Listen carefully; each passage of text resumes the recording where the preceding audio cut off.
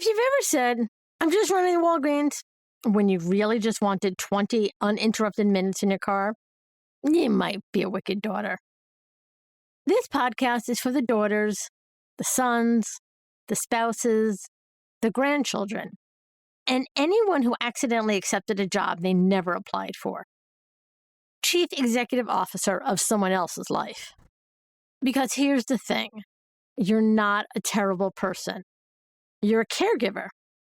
And if you've ever been called controlling, bossy, overprotective, or your parent just said, just let me live my life, congratulations.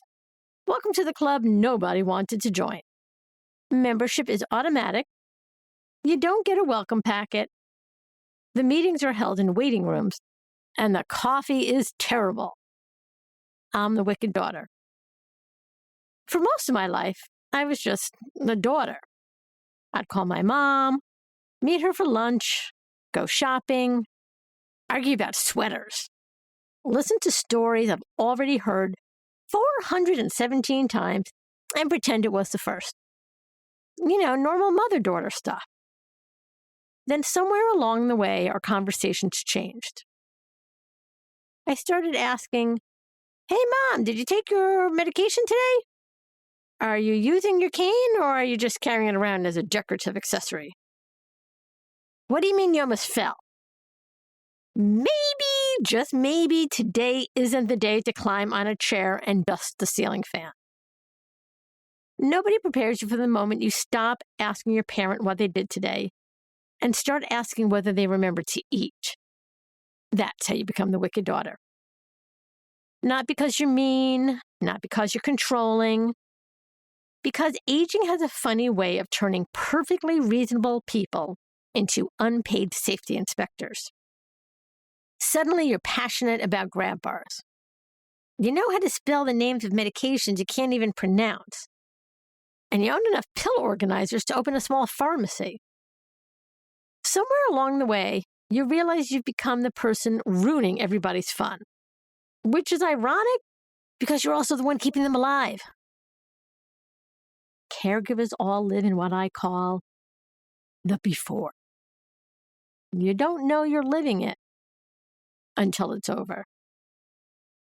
Before the diagnosis, before the fall, before the hospital, before the phone rings. We all know the call is coming. We just spend years pretending it isn't. You just don't know when the before will become the after. And for me, that happened last winter. My husband and I had spent years carefully designing our lives around freedom and flexibility. We had downsized. We traveled some. We split our times between locations. Mom was independent. Life was good. We had a system that worked. Until one ordinary afternoon when my phone rang. It was Mom. I smiled and answered the phone. But instead of hearing her voice, I hear, "This is the sheriff's department."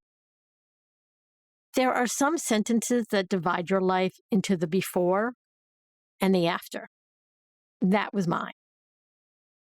Caregiving has a strange way of changing your definition of good news.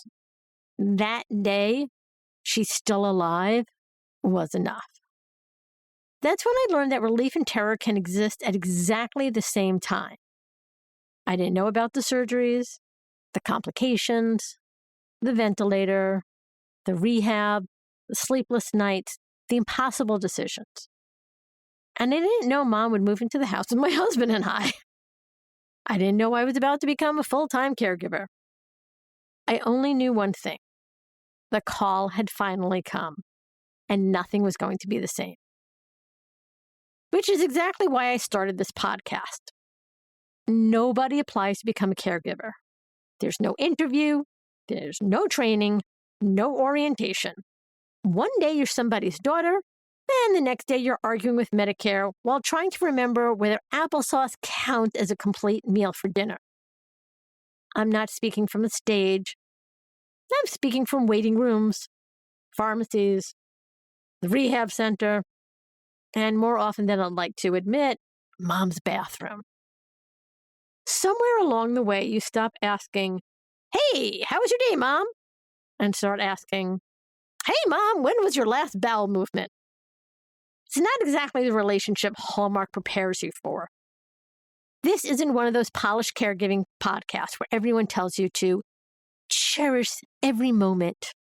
Because the truth is, sometimes when somebody tells you to cherish every moment, you wonder if they'd like to take over Tuesday's doctor appointment and then spend Wednesday arguing with the insurance company. That's the version we're going to talk about. The version where you love your parent with every fiber of your being and still fantasize about spending one quiet weekend alone with your husband. The version where every decision feels like the wrong one, everyone has an opinion, and somehow you're still expected to hold everything together. So if you're listening while sitting in a hospital parking garage, or sorting medications, calling the doctor's office for the third time because the prescription still hasn't been sent, arguing with the insurance company, or Googling, is caregiver burnout a real thing at 2 o'clock in the morning? Yes, it is. You're my people.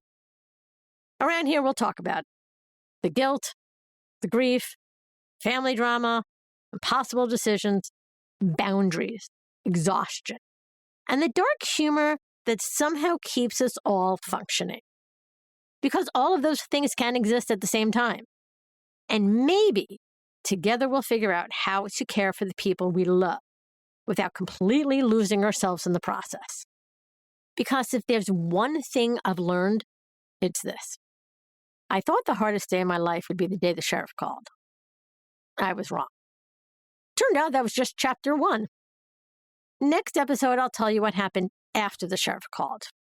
Trust me, neither of us was prepared for what came next. Until then, may nobody decide to climb in a chair to dust a ceiling fan, cancel physical therapy because they're fine, or stop taking their medications because they feel better. Around here, we're calling that a win. I'm the Wicked Daughter, managing your aging parent, one meltdown at a time. When your friends say cherish this time, you smile while you're losing your mind. Was it the pharmacy line or the rush hour doctor drive? So you swallow that glare with a laugh and a sigh and say, don't fret, dear, we're having the time of our lives. Oh, we're having the time of our lives. Wicked Daughter.